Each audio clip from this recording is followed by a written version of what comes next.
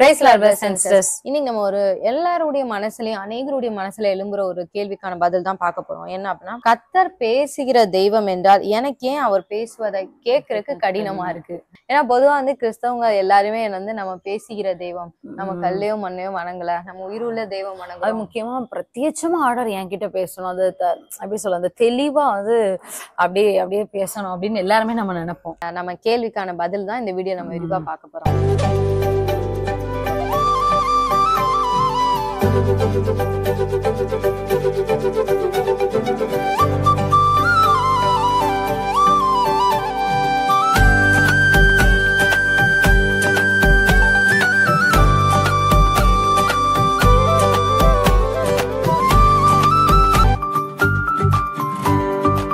முதல்ல ஒரு சின்ன உங்களுக்கு ஒரு அண்டர்ஸ்டாண்டிங் வரணும் அப்படின்றக்கா சொல்றேன். எப்பயுமே நம்ம ஒரு இதை கேட்கறதுக்கு அந்த ஃப்ரீக்வன்சி சொல்லுவாங்க, அந்த அலைன்னு சொல்லுவாங்கன்னு நினைக்கிறேன் தமிழ்ல. அது எப்படி சொல்றது, இப்போ ஒரு ரேடியோல நம்ம ஒரு ஸ்டேஷன் கனெக்ட் பண்றோம்னு வைங்களேன், அது அந்த கரெக்டான இதுல கனெக்ட் பண்ணணும். இப்போ உள்ள இருக்கவங்க எல்லாம் ரேடியோ யூஸ் பண்ணிருப்பாங்களான்னு ரொம்ப டவுட். ஆனா நம்மள மாதிரி சின்ன வயசுல யூஸ் பண்ணவங்க அந்த 90s கிட்ஸ் வரைக்கும் யூஸ் பண்ணிருப்பாங்க. அதுக்கு மேல யாரும் யூஸ் பண்ணிக்க மாட்டாங்க. இப்ப என்ன ரேடியோல ஒரு பிரச்சனை என்ன நடக்கும்னா, இங்கிட்டும் ஒரு ஸ்டேஷன் ஓடும், இங்கிட்ட ஒரு ஸ்டேஷன் ஓடும். நம்ம இப்ப நடுவுல உள்ளதுதான் பார்க்கணும்னா கரெக்டா அதை வைக்கணும். அதை வச்சா மட்டும்தான் நம்ம விரும்புற ஸ்டேஷன் நம்ம கேட்க முடியும். இப்ப லைட்டா இங்கிட்டு வச்சுட்டோம்னு வைங்களேன், சில நேரம் எப்படி கேட்கும்னா ரெண்டு கேட்கும். இந்த டைரக்ஷன்ல போனோம்னு வைங்களேன், இது வேற ஒரு ஸ்டேஷன், கம்ப்ளீட்லி டிஃப்ரெண்டான ஒரு ஸ்டேஷன் கேட்கும். சரி, அப்ப அதை ஒண்ணு வச்சுக்குவோம். எல்லாமே ஒரே இதுக்குள்ளதான் இருக்கு, ஆவிக்குரிய மண்டலத்துல ஒரே இதுலதான் இருக்கு. நம்ம செட் பண்ற ஃப்ரீக்வன்சி தான் நம்ம பார்க்கணும். ஒரு பக்கம் பிசாசுடைய சத்தம் கேட்டுக்கிட்டே தான் இருக்கும். நீங்க எந்த இடத்துல நீங்க கொஞ்சம் மாத்தி வச்சீங்கன்னா இன்னொரு ஸ்டேஷன்ல வேற ஏதாவது ஒண்ணு பேசிட்டே தான் இருப்பாங்க. அது ஒரு பிசாசு சத்தம்னு உதாரணத்துக்கு வச்சுக்கோங்க. நீங்க கேட்க வேண்டியது ஆண்டவருடைய சத்தம்னு வச்சுக்கோங்க. கொஞ்சம் நீங்க லைட்டா மாத்திட்டீங்கன்னா ரெண்டு கலந்து ஒரு சத்தம் கேட்கும். இது புரியவே புரியாது. ரெண்டு ஸ்டேஷனும் மிங்கிள் ஆகி நம்ம டிவில கூட நிறைய டைம் பார்ப்போம், யூடியூப்ல கூட சில டைம் அப்படி வரும். மேல வீடியோ இன்னொரு சேனலோடதா இருக்கும், கமெண்ட்ஸ் அந்த கிராஸ் ஆகும் தெரியுமா, வேற சேனலோடதா இருக்கும். என்னடா இப்படி வருது அப்படின்னு பார்த்தா அந்த ரெண்டும் மிக்ஸ் ஆயிருக்கும். ஸோ இப்படிதான் நம்ம அநேகர் குழப்பிக்கிறோம். ஆண்டவர் எப்பயுமே பேசிட்டு தான் இருக்காரு. அது ரொம்ப ரொம்ப உண்மை. கர்த்தர் எப்பயுமே பேசிட்டு இருக்காரு. அந்த கரெக்டான ஃப்ரீக்வன்சி நம்ம செட் பண்ணணும். சரி, நீங்க அப்படி ஃப்ரீக்வன்சி சொல்றீங்களா, அது என்னதான் அப்படின்னு கேட்டீங்கன்னா, அந்த அட்மாஸ்பியரை நம்ம செட் பண்ணணும். நம்மளுடைய மனதை நம்ம எப்படி இது பண்ணணுமோ அது பண்ணணும். அந்த நிறைய விஷயம் இருக்கு. நம்ம ஒவ்வொரு வீடியோலயுமே நம்ம பார்த்திருப்போம். அந்த அட்மாஸ்பியர் நம்ம செட் பண்ணணும். ஈவன் ஏஞ்சல்ஸ் கூட நம்ம வீட்டுல இருக்கணும் அப்படின்னு நீங்க நினைச்சோம் அப்படின்னா, ஏஞ்சல்ஸ்க்கு ஒரு அட்மாஸ்பியர் தேவை. எப்படி மீன் தண்ணிக்குள்ளதான் வாழும், அந்த மாதிரி ஏஞ்சல்ஸ்க்கு ஒரு அட்மாஸ்பியர் தேவை. நீங்க சும்மா உங்க வீட்டை ட்ரையா வச்சிருந்தீங்கனாலாம் ஏஞ்சல்ஸ் அவங்கள மீனை எடுத்து கீழே போடுங்க, அது ரொம்ப நேரம் உயிர் வாழுமா? அதுக்கு தேவையான தண்ணி தான், அந்த தண்ணிக்குள்ள போட்டாதான் அது உயிர் வாழும். அந்த ஏஞ்சல்ஸுக்குனே ஒரு அட்மாஸ்பியர் தேவை. அதனாலதான் பரலோகத்துல எப்பயுமே சேனையிலையும் கர்த்தர் பரிசுத்த இருந்துட்டே இருக்கு. சோ நம்ம வீட்டுல ஒரு அட்மாஸ்பியர் எனக்கு வேணும், எனக்கு ஆண்டவருடைய சத்தத்தை கேட்கணும், என் வாழ்க்கையில ஏஞ்சல்ஸ் உடைய பிரசன்ஸ் இருக்கணும்னு நினைச்சீங்கன்னா அது அவங்களுடைய ஃப்ரீக்வன்சி நம்ம கனெக்ட் பண்ணணும். அந்த பாடல்களா நம்ம போடணும். அல்லேலூயா சத்தத்துக்கே ஏஞ்சல்ஸ் இருப்பான்னு சொல்லுவாங்க. சோ அந்த அல்லேலூயா சத்தம் அதிகமா இருக்கணும். இந்த மாதிரி எல்லாம் பண்ணும்போது தான் ஏஞ்சல்ஸ் வருவாங்க. சரி, இப்ப ஒரு மனுஷர் ரெண்டு இடத்துல அவர் தீர்க்கதரிசி தான், ஆனா ரெண்டு இடத்துல அவர் எப்படி பண்றாரு அப்படின்றத பார்க்க போறோம். என்னாமம் 22ஆம் அதிகாரம் 13ஆம் வசனம். பிலேயாம் காலமே எழுந்து பாலாக்கின் பிரபுக்களை நோக்கி, நீங்கள் உங்கள் தேசத்துக்கு போய் விடுங்கள், நான் உங்களோட கூட வருகிறதற்கு கர்த்தர் எனக்கு உத்தரவு கொடுக்க மாட்டோம் என்கிறார் என்று சொன்னார். இந்த இடத்துல தெளிவா சொல்றாரு. அந்த இதுல ஆண்டவர் எனக்கு உத்தரவு கொடுக்கலப்பா, நீங்க உங்க தேசத்துக்கு நீங்க போங்க அப்படின்னு சொல்லிட்டு அந்த பாலாக் ராஜாவுடைய ஊழியக்காரங்கிட்ட சொல்லி விடுறாரு. என்னாமம் 22ஆம் அதிகாரம் 8ஆம் வசனம். அவன் அவர்களை நோக்கி, ராத்திரிக்கு இங்கே தங்கி இருங்கள், கர்த்தர் எனக்கு சொல்லுகிறபடி உங்களுக்கு உத்தரவு கொடுப்பேன் என்றான். அப்படியே மோவாபின் பிரபுக்கள் பிலேயாமிடத்தில் தங்கினார்கள். இப்ப இந்த இடத்துல நம்ம பிலேயாம் ஆண்டு, இத்தனைக்கும் அவர் இஸ்ரவேல்ல உள்ள ஒரு ஊழியக்காரரே கிடையாது, அவர் வெளியில உள்ள ஒரு ஊழியக்காரர் தான், தீர்க்கதரிசி தான். அதாவது அவர் ஆண்டோடைய சத்தத்தை கேட்டு பழகினவர் தான், நல்லா அவருக்கு ஃபெமிலியரா இருக்கு. இப்ப ரெண்டு சீன் நம்ம பார்க்க போறோம். பிலேயாமோட வீட்டுல அவர் எப்படி அதாவது ஈஸியா ஆண்டோடைய சத்தத்தை கேட்டுக்காரு. வெளியே வரப்ப அவர் என்ன ஸ்டெப் எடுத்திருக்காரு, இது கொஞ்சம் நம்ம பார்க்கிறோம். இப்ப இந்த வீட்டுக்கு பாலாக்குடி ஊழியர்கள் வராங்க. பிலேயாம் சொல்றாரு, நைட்டு நீங்க தங்கிருங்க, நான் நைட்டு போய் ஆண்டவர்கிட்ட கேட்டுட்டு நான் வரேன். இயேசு கிறிஸ்து இதே ஃபார்முலா தான் யூஸ் பண்ணாரு. எப்பயுமே ஆண்டவர் பிதாட்ட பேசுற டைமே மேக்சிமம் நைட் டைம் தான். ஒரு சில நேரம் எமர்ஜென்சிக்கு லாசரஸ் மாதிரி இந்த மாதிரி நேரத்துலதான் பிதாட்ட வந்து அந்த டைம்ல வந்து அவரு ஏன்னா மேனிஃபெஸ்டேஷன் அப்பதான் நடக்கும், அப்பதான் அற்புதம் நடக்கும்ன்றனால அந்த டைம் பேசுவாரு. ஆனா பர்சனல் ரிலேஷன்ஷிப் வந்து பிதாட்ட நைட்டு தான் வச்சிருப்பாரு. பிள்ளையாமுக்கு நல்லா தெரியுது, நான் நைட்டு ப்ரேயர் பண்ணா நிச்சயமா ஆண்டவர் வந்து என் சத்தத்தை கேட்பாரு அப்படின்னு சொல்லி. இது வந்து அவர் வீடு. ஏன் அப்ப அவர் வீட்டுக்கு அவர் கான்பிடண்டா சொல்றாருன்னா, அவர் வீட்டுல உள்ள அவருடைய ஃப்ரீக்வன்சி செட் பண்ணி வச்சிருக்க ஃப்ரீக்வன்சி அவருக்கு தெரியும். நான் ப்ரேயர் பண்ணா எனக்கு நிச்சயமா அவர் செவி கொடுப்பாரு அப்படின்ற இதை வந்து சொல்றாரு. இதே இவர் வந்து இப்ப இங்கே வராரு செகண்ட் டைம், ஒரு 2 டைம் வந்து இப்படி சொல்றாரா, நான் வரமாட்டேன்னு சொல்றாரு. அப்புறம் வந்து அவங்க எல்லாம் கன்வைஸ் பண்ணதுமே ஆண்டவர் சரி நீ போன்னு சொல்லிடுவாரு. இப்ப இங்க வந்ததுக்கு அப்புறம் அவர் என்ன செய்யறாருன்னு பாப்போம். 3ஆம் வசனம். பின்பு பிலேயாம் பாலாக்கை நோக்கி, உம்முடைய சர்வாங்க தகன பலி எண்டே நில்லும், நான் போய் வருகிறேன். கர்த்தர் வந்து என்னை சந்திக்கிறதா இருக்கும், அவர் எனக்கு வெளிப்படுத்தியதை உமக்கு அறிவிப்பேன் என்று சொல்லி ஒரு மேட்டின் மேல் ஏறினான். இப்ப இந்த இடத்துல பாருங்க, பாலாக்குடைய ஊருக்கு போறாரு. ஊருக்கு போனதும் அவர் சொல்றாரு, இப்ப பாருங்க அவர் வீட்டுல இல்ல, அவர் வீட்டுல வந்து அட்மாஸ்பியர் வந்து இப்ப மாறுது. இப்ப அவர் யோசிக்கிறாரு, இங்க வந்து என்னால என் வீட்டுல கேட்ட மாதிரி என்னால உடனே கேட்க முடியாது அப்படின்னு சொல்லிட்டுதான் 7 பலிபீடம் எனக்கு வேணுங்கிறாரு. அதாவது ஆண்டவருக்கு நீங்க கட்டணுங்கிறாரு. 7 ஆடை வந்து பலி செலுத்த சொல்றாரு. சரி, வீட்டுல வந்து அவர் வந்து இப்படி 7 பலிபீடமும் கட்டல, 7 ஆடும் டெய்லி பலியிடல, கத்தர் சத்தத்தை கேட்க. ஆனா இங்க வந்ததுக்கு அப்புறம் பாருங்க, இவர் இத்தனைக்கு ஒரு தீர்க்கதரிசி தான், அந்த ஃப்ரீக்வன்சி செட் பண்றாரு. ஒரு சில நேரம் நம்ம டவர் நம்ம ப்ராப்ளம் அது தெரியுமா, இங்க நமக்கு ஈஸியா இருக்கும். இப்ப கேரளா அந்த மாதிரி சைடு எல்லாம் போகும்போது நமக்கு ரொம்ப டவர் பிரச்சனை வந்து வரும். ஒரு சில நேரம் வந்து அந்த பில்டிங்லயே ஏதாவது ஒரு முக்குல தான் நமக்கு கிடைக்கும். நம்ம வந்து போனை எடுத்துட்டு இப்படி இப்படி நடந்துட்டே இருப்போம், ஏதாவது ஒரு இடத்துல சிக்னல் கிடைக்கும், அங்கேயே நின்று நம்ம வந்து பேசுவோம். இதே மாதிரிதான் பிள்ளையாம் வந்து பண்றாரு. எனக்கு 7 பலிபீடம் கட்டிட்டு நீங்க அங்கிட்டு போய் நின்னுங்க, என்னைய வந்து கத்தர் இந்த இடத்துல சந்திப்பாரு, நான் வந்து கேட்டுட்டு அவர் என்ன வெளிப்படுத்துறாரோ அதை வந்து நான் உங்களுக்கு வந்து சொல்றேன் அப்படின்னு. இது வந்து ஒரு மெத்தட். அதாவது நம்ம வந்து சில நேரம் வந்து சில ஊழியர்களே சொல்லுவாங்க, இப்ப ப்ராஃபட்டிக்ல வந்து இருக்கிறவங்களே ஒரு சில நேரம் நடந்துட்டே இருப்பாங்க, அவங்களுக்கு ஆண்டவருடைய சத்தம் கேட்கவே கேட்காது. அவங்க சபையில இருக்கிறப்ப கேட்கும், ஏன்னா அவங்க சபையில அவங்க ஏற்கனவே அந்த அட்மாஸ்பியர் வந்து செட் பண்ணி வச்சிருக்காங்க, அதனால கேட்கும். வெளி சபைக்கு போகும்போது அங்க உள்ள அட்மாஸ்பியர் வந்து மாறும். ஏன்னா அவங்க எந்த அளவுக்கு பிரசன்ஸா இருந்திருப்பாங்க, இவர் இங்க இருந்த அளவுக்கு அங்க இருந்திருப்பாங்களான்னு தெரியாது. அதனால அந்த அட்மாஸ்பியரை கொண்டு வரணும் அப்படின்றதுக்காக இது. சரி சிஸ்டர், அதெல்லாம் விடுங்க, அவ்வளவு பெரிய தீர்க்கதரிசி லெவலுக்குலாம் நான் வரல, இப்ப என் வாழ்க்கைக்கு மட்டும் சொல்லுங்க அப்படின்னு நினைச்சீங்கன்னா, நம்ம வாழ்க்கைக்கும் இதேதான்.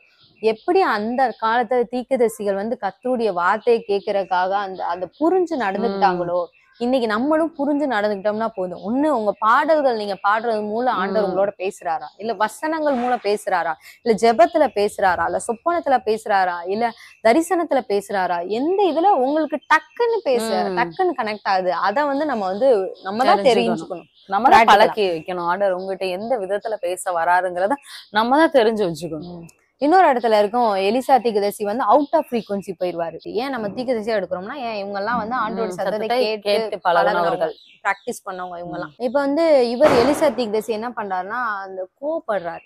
2 ராஜாக்கள் 3ஆம் அதிகாரம் 13ஆம் வசனம். எலிசா இஸ்ரவேலின் ராஜாவை பார்த்து, எனக்கும் உமக்கும் என்ன, நீர் உம்முடைய தகப்பனின் தீர்க்கதரிசிகள் இடத்திலும் உம்முடைய தாயாரின் தீர்க்கதரிசி இடத்திலும் போம் என்றார். அதற்கு இஸ்ரவேலின் ராஜா, அப்படியல்ல, கர்த்தர் இந்த 3 ராஜாக்களையும் மோவாபியரின் கையில் ஒப்பு கொடுக்கிறதற்கு வரவழைத்தார் என்றான். அப்பொழுது எலிசா, நான் யூதாவின் ராஜாவாகிய யோசபாத்தின் முகத்தை பாராதிருந்தால் நான் உம்மை நோக்கவும் மாட்டேன், உம்மை பார்க்கவும் மாட்டேன் என்று சேனைகளுடைய கர்த்தருக்கு முன்னின்று நான் அவருடைய ஜீவனை கொண்டு சொல்லுகிறேன். இந்த இடத்துல பாருங்க, எலிசா தீர்க்கதரிசி அவுட் ஆஃப் ஃப்ரீக்வன்சி போயிடாரு. எப்படின்னா, இது எல்லாருக்கும் வர்றதுதான். ஒரு எமோஷன் ஆயிடாரு. இவருக்கு வந்து இஸ்ரவேல் ராஜா வந்து இந்த மாதிரி அவங்க அப்பா தீர்க்கதரிசி, அம்மா அந்த பாகாலி தீர்க்கதரிசிட்ட போய் கேட்டு இருந்திருக்காரு, அந்த சூனியங்கள் மந்திரக்காரங்கள் அவங்ககிட்ட எல்லாம் போய் அப்ப இப்ப மட்டும் எதுக்கு வரீங்க கேக்குறதுக்கு அப்படின்னு சொல்லி வேலிடான பாயிண்ட் தானே. அப்படி கேட்கும்போது இவருக்கும், நான் யூதா ராஜாவை மட்டும் பாக்கலன்னா உங்ககிட்ட நிச்சயமா பேச மாட்டேன், அவர் முகத்துக்காக நான் பண்றேன் அப்படின்னு நம்ம சொல்லுவோம்ல, இவன் முகத்துக்காக நம்ம பண்றோம்ப்பா அப்படின்ற மாதிரி சொல்லுவோம்ல, அப்படி சொல்றாரு எலிசா தீர்க்கதரிசி. இப்ப வந்து லைட்டா அவுட் ஆஃப் ஃப்ரீக்வன்சி போயிட்டாரு. ஏன்னா அந்த கோபம் எரிச்சல் இது வரும்போது நம்ம வந்து அவுட் ஆஃப் ஃப்ரீக்வன்சி போயிருவோம். நம்மளுக்கே நல்லா தெரியும், நம்ம கோவமா இருக்கும்போது நம்ம என்னதான் பாட்டு பாடினாலும் சரி, என்னதான் ஜெபிச்சாலும் சரி, நம்மளால ஒரு சில நேரம் அந்த பிரசன்ஸே ஃபீல் பண்ண முடியாது. இப்ப இவர் யோசிக்கிறாரு, இப்ப நம்ம அவுட் ஆஃப் ஃப்ரீக்வன்சி போயிட்டோம், இப்ப நம்ம கரெக்டா அந்த ரேடியோ ஸ்டேஷன் மாதிரி தான், இப்ப வெளியே போயாச்சு, வெளியே வேற இதுதான் கேட்கும். எலிசாக்கு கரெக்டா ஆண்டோட சத்தத்தை கேட்க முடியாது. இப்பதான் ஒரு வார்த்தை சொல்றேன். ஏன்னா இப்ப தீர்க்கதரிசனம் அடுத்து வந்து அவங்க சொல்லணும், அடுத்து என்ன நடக்க போகுதுங்கிறத சொல்லணும். அதுதான் சொல்ல 15ஆம் வசனம் வாசித்தோம்னா, இப்பொழுதும் ஒரு சுரமண்டல வாத்தியக்காரனை என்னிடத்தில் கொண்டு வாருங்கள் என்றான். சுரமண்டல வாத்தியக்காரன் வந்து வாசித்த போது கர்த்தருடைய கரம் அவன் மேல் இறங்கி, அப்படியே வந்து அந்த இடத்துல தீர்க்கதரிசனம் வந்து உரைக்கிறார். இப்படிதான் அந்த இடத்துல வந்து என்ன சொன்னான்னா இப்ப பிரசன்ஸுக்கு கொண்டு வராரு சுரமண்டல கால அப்படியே இவரும் காமாயி அந்த சூழ்நிலைகள் அப்படியே ஆண்டருடைய பிரசன்னத்தால் நிரப்பி அதுக்கடுத்துதான் ஆண்டருடைய கரம் அவர் மேல இறங்கி அவர் அதுக்கடுத்து ஆசீர்வாதமான வார்த்தைகளை வந்து தீர்க்கதரிசனமா சொல்றாரு. மியூசிக் இப்பயும் நீங்க நம்ம சில ஊர்கள்லாம் கோயில் எல்லாம் பாத்தீங்கன்னா குட்டடிச்சுதான் சாமி இறங்குச்சு. இதெல்லாம் அங்க உள்ள இதை ஃபாலோ பண்ணி வந்ததுதான். இதெல்லாம் வந்து அந்த காலத்துல தீர்க்கதரிசிகள் ஃபாலோ பண்ண மெத்தட். ஆக்சுவலி அவங்களை காம் பண்றதுக்காக. அப்பதான் வந்து அந்த மியூசிக் வந்து நம்மள காம் பண்ணும். நீங்க இதுல சவுலுக்கே நீங்க தாவீது பாத்தீங்கன்னா மியூசிக் வந்து போடும்போது அந்த அசுத்தாவி வந்து அவரை வெளியே போகும். சோ அந்த கோபம் எரிச்சல் அவருக்குள்ள எலிசாக்குள்ள டக்குன்னு வந்த அந்த கோபம் எரிச்சல் இவர் முகத்தை இஸ்ரவேலின் ராஜா முகத்தை பார்த்ததுமே அவருக்குள்ள ஒரு இது வந்துருச்சுல அது எல்லாமே போகணும் காம் ஆகுறதுக்காக அந்த சுரமண்டலக்காரன் வந்து வந்தாரு. இப்படிதான் வந்து நிறைய நேரம் நடக்கும். இப்ப வந்து பிராக்டிகலா நம்ம ஒண்ணு ரெண்டு நம்ம பார்க்கலாம். சோ இப்படிதான் நம்ம வந்து ஆண்டோட பேசுற சத்தத்தை வந்து நம்ம தத்ரூபமா கேட்க முடியும். தீர்க்கதரிசிகளுக்கே அப்படிதான் நம்ம வந்து அததான் நாங்க சொல்ல வரோம். தீர்க்கதரிசிகளுக்கே அவுட் ஆஃப் ஃப்ரீக்வன்சி போறோம். எதுக்காக அவர் சுரமண்டலக்காரனை தேடணும்? அவர் தீர்க்கதரிசி தானே. டக்குன்னு ஆண்டோடைய வார்த்தையை கேட்டு இந்தாப்பா ஆண்டவர் சொல்றாரு அப்படின்னு சொல்லிட்டு இது பண்ணலாம்ல. ஆனா வந்து இது பண்ணல. இன்னொரு முறை ஏசாயா தீர்க்கதரிசி கூட சொல்வாரு, தீர்க்கதரிசிகள் வந்து எப்பவுமே எமோஷன்ஸ்க்கு வந்து இடம் கொடுக்கவே மாட்டாங்க. எசேக்கியா ராஜா கிட்ட வருவாரு. வந்ததுமே சொல்லுவாரு, நீ வந்து ரெடியா இருந்துக்கோ, உன் வீட்டை ரெடி பண்ணிரு, நீ வந்து சாக போற ஆண்டவர் சொல்லிட்டாரு அப்படின்னு சொல்லுவாரு. சொல்லிட்டு ஒரு நிமிஷம் நிக்கலாம்ல அந்த மனுஷன், அடுத்த கிளம்பிடுவார். அடுத்த நிமிஷம் கிளம்பிடுவாரு. யாரா இருந்தாலும் ஒரு அந்த ஏன்னா அவங்க இருக்க டைமென்ஷன் அந்த டைம் அவர் இருந்த டைமென்ஷன் வந்து ஸ்பிரிட் டைமென்ஷன். அவர் வந்து ஆவியின் மண்டலத்துல இருக்கிறாரு. டக்குன்னு இந்த இதுக்கு இறங்கிட்டாருன்னா அந்த ஃப்ரீக்வன்சி வந்து அவுட் ஆயிரும். இப்ப நம்மளா இருந்தா அப்படி நம்ம டக்குன்னு வந்து நம்ம வந்து எப்பயுமே நம்மளே போடுவோம். சரிப்பா பாவம் சரி. அது ராஜாட்ட வந்து அவர் சொல்றாரு. சாதாரண ஆள்கிட்ட சொல்லிட்டு போல. அவர் சொன்னது ராஜாட்ட சொல்லிட்டு டக்குன்னு போக முடியுமா? ஆனா வந்து போயிட்டாரு. போனனாலதான் இசைக்கியா வந்து திருப்பி சோர்புறமா அழுகும் போது உடனே அவருக்கு அந்த வார்த்தை வந்துச்சு. அவர் பாதி தூரம் தான் போயிருப்பாரு. அரண்மனையில இருந்து வெளியே வரல. அந்த கொஞ்சம் முற்றத்துல கொஞ்சம் இந்த சைடு இப்படி வந்திருக்காரு. அந்த உடனேதான் ஆண்டவருடைய வார்த்தை வந்திருக்குன்னு திருப்பி உள்ள வராரு. சோ எமோஷன்ஸ்க்கு வந்து ப்ராஃபிட்ஸ் வந்து என்னைக்குமே வந்து இடம் கொடுக்க மாட்டாங்க. எமோஷன்ஸ் ஆனா நம்ம வந்து என்ன செய்வோம் தெரியுமா? ரொம்ப எமோஷனல் ஆகும். ஆண்டவர் நமக்கு யாராவது பத்தி ஒரு வார்த்தை சொல்லிட்டாருன்னா உட்காந்து நம்ம எமோஷன் ஆயிட்டு இருப்போம். ஆனா ஆண்டவர் சொல்றாரு எமோஷன்ஸ்க்கு வந்து பொதுவா ஆண்டோடைய சத்தத்தை கேட்கும்னு நினைச்சீங்க அப்படின்னா எமோஷன்ஸ்க்கு வந்து இடம் கொடுக்க கூடாது. சாமுவேல் தீர்க்கதரிசி கூட என்ன பண்ணுவாருன்னா சவுல வந்து ஆண்டவர் சொல்லுவாரு, சவுல வந்து நான் நீக்கிட்டேன்பா அப்படின்னு சொல்லுவாரு. இவரு வந்து மனசாப்பட்டு அழுதுட்டே துக்கப்பட்டு ரொம்ப இது பண்ணுவாரு. ஆண்டவர் இப்ப நீ இவனுக்கு துக்கப்பண்ணா அடுத்த ராஜாவே நான் ஏற்படுத்த போறேன், போப்பா தைலக்க போய் தூக்கிட்டு போன அடுத்த ஆள சொல்றேன், அடுத்தடுத்த வேலையை பாப்போயா அப்படிங்கிற நிலைமைக்கு வந்து வந்துட்டேன். ஆண்டோடைய எங்க சத்தத்தை நான் கேட்கணும், ரொம்ப வந்து ஆண்டோடைய பேசுற சத்தத்தை கேட்கணும் அப்படின்னு நினைச்சீங்க அப்படின்னா சில நேரம் டைரக்டா இருக்கும். ஆண்டவர் பேசுற வார்த்தை நான் எசேக்கியாவுக்குலாம் சொன்னாரு, நீ வந்து ரெடி ஆயிக்கோ, அவன் ரெடியாக சொல்லு, அவன் சாப்டர் முடிய போதுனாரு. டைரக்டான ஒரு வேர்டு தான். இத நம்ம வந்து எமோஷன்ஸை பயன்படுத்தோம்னா அடுத்த ஆண்டோடைய சத்தத்தை கேட்க முடியாது. அவுட் ஆஃப் ஃப்ரீக்வன்சி பெறும். ஏசாயா தீர்க்கதரிசி வந்து இருக்கிறதுல பெரிய தீர்க்கதரிசி. நம்மளுடைய பைபிளே வந்து ரொம்ப பெரிய தீர்க்கதரிசி ஏசாயா தீர்க்கதரிசி. சோ அவருக்கு வந்து அந்த அலைன்மெண்ட் வந்து தெரியுது. இன்னைக்கு இப்ப என்னுடைய வாழ்க்கையில நான் வந்து நம்ம வந்து அந்த அளவுக்கு நம்ம பெரிய தீர்க்கதரிசி எல்லாம் ஆகாட்டினாலும் பரவாயில்ல, நம்ம சின்ன சின்ன இதா பிராக்டிஸ் பண்ணோம் அப்படின்றக்கா ஒன்னு ரெண்டு உதாரணங்கள் பார்க்கலாம். நான் அது ஏற்கனவே முன்னாடி ஒரு வீடியோல சொன்னேன். ஒரு முறை வந்து ரொம்ப எனக்கு இருதயத்துல வந்து ரொம்ப கஷ்டப்பட்டு பாரத்தோட வந்து இப்படி உட்கார்ந்துருக்கேன். எனக்கு எதையுமே யோசிக்க முடியல. நான் எதுவுமே பைபிள் திறந்து கூட படிக்க முடியல, ப்ரேயர் பண்ண முடியல, சாங்ஸ் கேட்க கூட எனக்கு விருப்பம் இல்லை, எதுவுமே பண்ண முடியல. அப்பதான் வந்து இந்த பைபிள் ஆப்பை வந்து நான் போட்டுட்டு உட்கார்ந்துருக்கேன். இப்ப அந்த பைபிள் அந்த ஆடியோ பைபிள் தெரியுமா, அதை போட்டுட்டு இப்படி உட்கார்ந்துட்டு இப்படி வச்சுட்டு இப்படி உட்கார்ந்துட்டு இருக்கேன். யோசிச்சுட்டு என்ன காரணம், எதனால இந்த பிரச்சனை வந்துச்சு அப்படின்னு சொல்லிட்டு யோசிச்சுட்டு இருக்கும் போது இப்படி மைண்ட் இப்படி வச்சுட்டு ஒரு 5 நிமிஷம் ஒரு 10 நிமிஷம் தான் அதை கேட்டுட்டு இருக்கேன். கரெக்டா வந்து அந்த ஸ்பிரிட்டுடைய இது ஆண்டவர் வந்து காமிக்கிறாரு. அந்த கையெல்லாம் விரிச்சுட்டு, நிறைய கை இருக்குங்க, அது நான் பேர் சொல்ல விரும்பல, அதை வந்து விரிச்சுட்டு அது முன்னாடி காமிக்கிறா. எனக்கு அதோடைய பேர் வந்து தெரியும். அதை காமிச்சதுக்கு அப்புறம் தான் ஓகே எனக்கு வந்து தெரிஞ்சிருச்சு. சரி கரெக்ட் தான், அந்த ஸ்பிரிட்டுடைய பேரே அப்படிதான் சொல்லுவாங்க. அந்த நடந்த சம்பவம் அப்படிதான் இருக்கும். அந்த ஆட்டம்னு வரும்னு வச்சுக்கோங்க, அந்த தான் சொல்றாரு. அப்ப கரெக்ட் தான், அந்த ஆட்டத்துக்கும் இதுக்கு இருக்க பேருக்கும் கரெக்டானது. அப்ப இது பண்ண வேலைதான் அப்படின்றத ஆண்டவர் கரெக்டா கண்டுபிடிச்சாரு. அப்புறம் நான் ஜோம் பண்ணி அதுக்கப்புறம் அந்த இது முடிஞ்சு. இப்படி வந்து நான் நிறைய நேரம் வந்து கண்டுபிடிச்சிருக்கேன். ஒரு சில நேரம் என்ன ஆகும் அப்படின்னா, அன்னைக்கு ஒரு நாள் வந்து ஆண்டவர் இது வந்து எனக்கு ஞாபகம் வர்றது ஒண்ணுன்னு சொல்றேன். ஆண்டவர் இந்த சூழ்நிலைக்கு என்ன காரணம் அப்படின்னு சொல்லி நான் கேட்கும்போது யதார்த்தமா நான் வந்து பைபிளை திறக்கிறேன். என்ன ஆமாம் 5:14 நான் ஓப்பன் பண்றேன். நான் வந்து ஆண்டவர்கிட்ட எப்பயுமே ஒரு சில நேரம் இப்படிதான் கேட்பேன், ஆண்டவர் என்ன ஆவி வந்து போராடுது எனக்கு வெளிப்படுத்துங்க. அப்பதான் நமக்கு ஒரு டைரக்ஷன் கிடைக்கும். என்ன நம்ம எதோட ஃபைட் பண்றோம் அப்படின்னே தெரியாம நம்ம ஃபைட் பண்ண முடியாது. எப்பவுமே ஜெபத்துக்கு வந்து ஒரு டைரக்ஷன் தேவை. அப்ப நான் கேட்கும் போது யதார்த்தமா ஓப்பன் பண்ணது இந்த வசனம் எனக்கு கரெக்டா இந்த ரைட் சைட்ல இப்படி கரெக்டா வந்து அந்த இது தெரியுது. மிச்சது எதுவுமே தெரியல, அந்த பேர் மட்டும் ஆண்டவர் காமிக்கிற, எரிச்சலின் ஆவின்னு. எனக்கே உண்மையும் பைபிள்ல இது காயின் எரிச்சலா இருந்தாலும் அதெல்லாம் நம்ம வேறுபட்டது அந்த மாதிரி அதெல்லாம் பார்த்திருக்கோம். ஆனா எரிச்சலின் ஆவினே இருக்கே அப்படின்னு சொல்லி இருக்கோம்னா சரி ஓகே, அதை மைண்ட் நான் புரிஞ்சுக்கிட்டேன், எரிச்சலின் ஆவி. அப்ப ஆவியானத்தை கேட்கிறேன், இப்ப சரி இத ஒரு வார்த்தையை மட்டும் வச்சு நான் எப்படி ஜோம் பண்றது, எனக்கு வேற ஏதாவது வெளிப்படுத்துங்க, எரிச்சலின் ஆவி ஓகே, நெக்ஸ்ட் நான் என்ன வச்சு ஜோம் பண்ணும் அப்படின்னோடனே ஆண்டவர் வந்து ஒரு முந்த நாள் வந்து ஒரு கனவு வந்து ஞாபகப்படுத்துறாரு.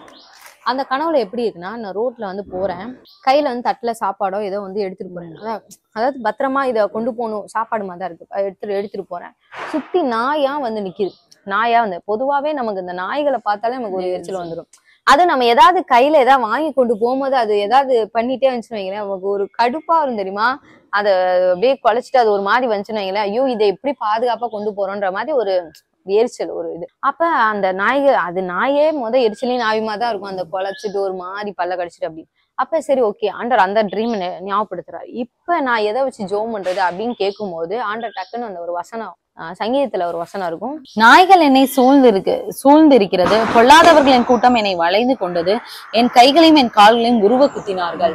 இன்னொரு அந்த வசனத்திலே இருக்கும் 20ஆம் வசனம், என் ஆத்மாவை பட்டயத்திற்கும் என் அருமையானதை நாய்களின் துஷ்டத்தனத்திற்கும் தப்புவையும். இந்த வசனம் எல்லாம் வந்து டக்குன்னு ஆண்டவர் அப்படியே ரிமைண்ட் பண்றாரு. அப்ப ரிமைண்ட் பண்ணானே ஆவியானவர் சரி ஓகே, அந்த நாய்கள் சூழ்ந்திருக்குன்னா நாய்கள்னா அந்த அந்த வசனத்துல இருக்கும், எனக்கு அருமையானது, நான் அதை சாப்பாடு ஏதோ எடுத்துட்டு போறேன், சோ ஒரு அருமையான ஒரு பொருள். அப்புறம் வந்து அந்த துஷ்டத்தனது இருக்கு, ஏன்னா நாய் வந்து கடிச்சிச்சுன்னா நமக்கு என்ன ஆகும் நமக்கே தெரியும், அந்த மாதிரி ஒரு கட்டான ஒரு சூழ்நிலை. அப்ப இதெல்லாம் நீ வச்சு ஜோம் பண்ணு, உனக்கு சரியாயிரும், அந்த எரிச்சலின் ஆவிக்கா ஜோம் பண்ணுன்னு சொல்லும் போது அதெல்லாம் நான் வச்சு ஜோம் பண்றேன். ஜோம் பண்ணதும் அந்த அப்படியே அந்த இது வந்து ஸ்மூத் ஆனதை நான் பார்த்தேன். இப்படிதான் வந்து இதை வந்து நிறைய சொல்லலாம், இந்த மாதிரி நம்ம எக்ஸாம்பிள் சொல்லணும்னா நிறைய சொல்லலாம். ஒரு சில நேரம் ஆண்டவர் வந்து இது வந்து நான் சொன்னது வார்த்தையின் மூலம் பேசினது, நான் அப்பதான் சொன்னது வந்து ஆண்டவர் வந்து ஒரு இமேஜ் வந்து கொடுத்து நம்ம பேசுறது. ஒரு சில நேரம் எப்படினாலும் ஆண்டவர் பேசுவாரு, சொப்பனத்துல பேசுவாரு, இல்ல நம்ம ஒருத்தவங்களுக்கு அந்த ஃப்ரீக்வன்சில நீங்க என்னங்கிறத நம்ம இது பண்ணி வச்சுக்கணும். ஒரு சில பேருக்கு டக்குன்னு வந்து நீ அவங்ககிட்ட போய் பேசு அப்படின்னு சொல்லலாம். இந்த மாதிரி நிறைய நேரம் வந்து இப்படிதான் நடக்கும். இப்படிதான் வந்து நம்ம இது பண்ணுவோம். நான் ஃபர்ஸ்ட் நான் சொன்னேன் பாத்தீங்களா, என்னை அமைதிப்படுத்துறதுக்கு நான் அந்த ஆடியோ பைபிளை நான் போட்டு விட்டேன் அப்படின்னு சொல்லிட்டு, இதுதான் அந்த அலைன் பண்றது, அந்த ஃப்ரீக்வன்சி. ஏன்னா பயங்கர டென்ஷனா வருவோம், ஒரு சில நேரம் ரொம்ப நான் நடக்கிற சூழ்நிலை டிப்ரெஷன் ஆயிடுவோம், என்ன பண்றோம் என்ன யோசிக்கிறோன்னே தெரியாது. அந்த மாதிரி நேரம் அந்த ஃப்ரீக்வன்சி அலைன் பண்றது தான் இது. அடுத்து வந்து அலைன் பண்றதுன்னா பைபிள் எடுத்து நம்ம உட்காருது, அமைதிப்படுத்திட்டு ஆண்டவரே எனக்கு ஏதாவது ஒரு வார்த்தை கொடுங்க, நீங்க வார்த்தை கொடுத்தாதான் என்னால அடுத்த ஸ்டெப் எடுக்க முடியும், அதுவும் ஒரு அலைன் பண்றது. ஜெபத்துல நீங்க போறதும் ஒரு அலைன்மெண்ட் தான். ஒரே நாள் இது வந்து பிராக்டிஸ் பண்ண முடியாது. நீங்க சாமுவேல் தீர்க்கதரிசி எடுத்துக்கோங்க, அவர் வந்து பெரிய தீர்க்கதரிசி, இஸ்ரவேல்ல பெரிய தீர்க்கதரிசியா இருந்தாரு. வசனம் சொல்லுது சாமுவேல் உரைத்த தீர்க்கதரிசனம் ஒன்றுமே தரையில விழுகலன்னு சொல்லுது. ஆனா அப்படிப்பட்ட தீர்க்கதரிசியோட ஸ்டார்டிங் ஸ்டேஜ் எடுத்து பார்த்தோம்னா அவர் பேர் வந்து ஆண்டவர் சாமுவேலே கூப்பிட்டப்ப அவர் ஏலிகிட்ட தான் வந்தார். ஃபர்ஸ்ட் டைமே நமக்கு கேட்க முடியாது, புரிஞ்சுக்கிற தன்மை அன்னைக்கு வந்து இல்ல. அது அவருக்கு வந்து ஆண்டவர் பேசுறது அந்த ஏலி குரல் மாதிரியே, அது வரைக்கும் ஆண்டவருடைய குரல் அவர் ரொம்ப அந்த மாதிரி கேட்டது இல்ல. நிறைய தேவ பயம் இருந்துச்சு, பக்தி இருந்துச்சு, எல்லாமே பண்ணாரு, ஆண்டருக்கா எல்லாம் பண்ணாரு. ஆனா அந்த இதை கேட்டு அந்த பழக்கம் இல்லாதனால ஓகே ஏலிதான் கூப்பிடுறாரு போல நினைச்சு ஏலிக்கிட்டே ஓடிட்டாரு. 2-3 டைம் போவாரு, 3ஆவது டைம் தான் ஏலிக்கே வந்து தோணும் சொல்லு. அப்ப ஆண்டருக்கு நம்ம 4ஆவது டைம் கூப்பிடும் போதுதான் அப்ப சொல்லும் அடியேன் கேட்கிறேன்னு சொல்லி ஆண்டர்கிட்டே சொல்லும் போதுதான் ஆண்டர் எல்லாமே சொன்னாரு. இப்படிதான் நம்ம லைஃபும் அப்படிதான் இருக்கும்.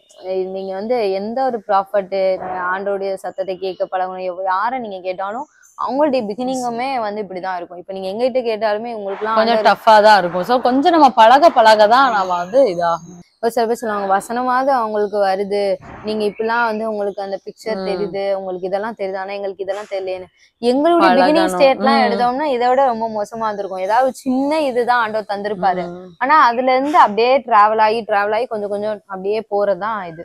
இப்ப ஆண்டவர் வந்து பேசுறாரு 24 நாள் ஆண்டவர் பேசிட்டு தான் இருக்காரு. நம்ம அந்த ஃப்ரீக்வன்சி செட் பண்ணணும். நம்ம கரெக்டான அலைன்மெண்ட் போகும்போது ரொம்ப வந்து ஈஸியா நம்ம வந்து ஆண்டவர் சத்தத்தை கேட்டு பழக நமக்கு வந்து ரொம்ப ஈஸியா வந்து அமைஞ்சிடும். கடைசியா ஒரு வசனம் மட்டும் சொல்லிக்கிறோம். ஆண்டவரே சொல்லிக்கிறோம், என் ஆடுகள் என் சத்தத்துக்கு கீழ்ப்படுகிறது. அதாவது அந்த ஆடு வந்து ஃபெமிலியர் ஆகுது. ஒவ்வொரு நாளும் அந்த மேய்ப்பனுடைய சத்தத்தை கேட்டு அது ஃபெமிலியர் ஆகுது. நம்மளும் அப்படிதான் ஆண்டோட சத்தத்தை கேட்டு ஃபெமிலியர் ஆக இந்த பிரச்சனை எல்லாமே சால்வ் ஆகும். இந்த வீடியோ உங்களுக்கு ரொம்ப பிரயோஜனமா இருந்திருக்கும் நாங்க விசுவாசிக்கிறோம். ஒருவேளை உங்களுக்கு இதுல டவுட் இருக்கலாம், எப்படிதான் எனக்கே ரொம்ப கடினமா இருக்கு அப்படின்னா, எல்லாருக்கும் ஆரம்ப காலத்துல கடினமா இருக்கும், போக போக நம்ம பழகும் போது அது ரொம்ப ஈஸியா இருக்கும்.